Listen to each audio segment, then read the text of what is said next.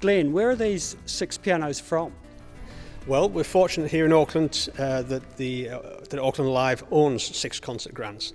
2 here in the Great Hall, 1 in the Concert Chamber, 1 in the Kiritakano Theatre, and 2 over at the Bruce Mason Centre on the shore. What are the challenges for you to have these 6 pianos playing together at the same time?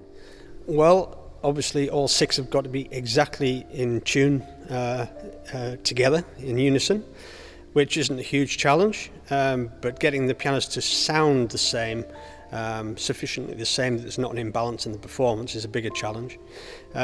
Each of the pianos is voiced for its own venue, so obviously those in the Great Hall have got to be voiced in such a way that they project a big sound.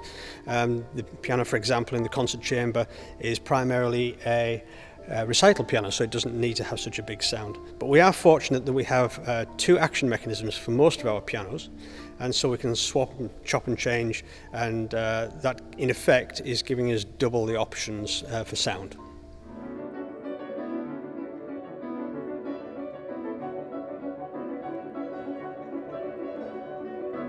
Well, it's a piece for 6 pianos and a kind of cinematic audio backdrop, and it's presented in a 5.1 surround experience, so the audience is completely immersed looking at these pianists playing, and also they have a kind of sound world that entirely engulfs them during the performance.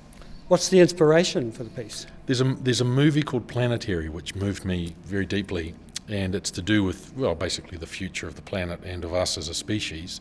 And it's a very rich and multi-layered story that they tell in that film, and I pulled out various parts of it and used them as inspiration for different parts of this piece. So it's really about, are we headed towards an apocalypse, or will we figure out a way through this to something positive for ourselves as a species?